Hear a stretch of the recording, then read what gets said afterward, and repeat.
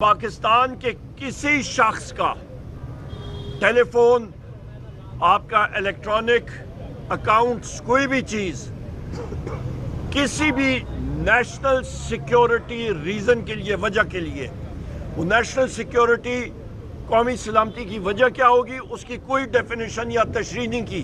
وہ کوئی بھی ہو سکتی ہے.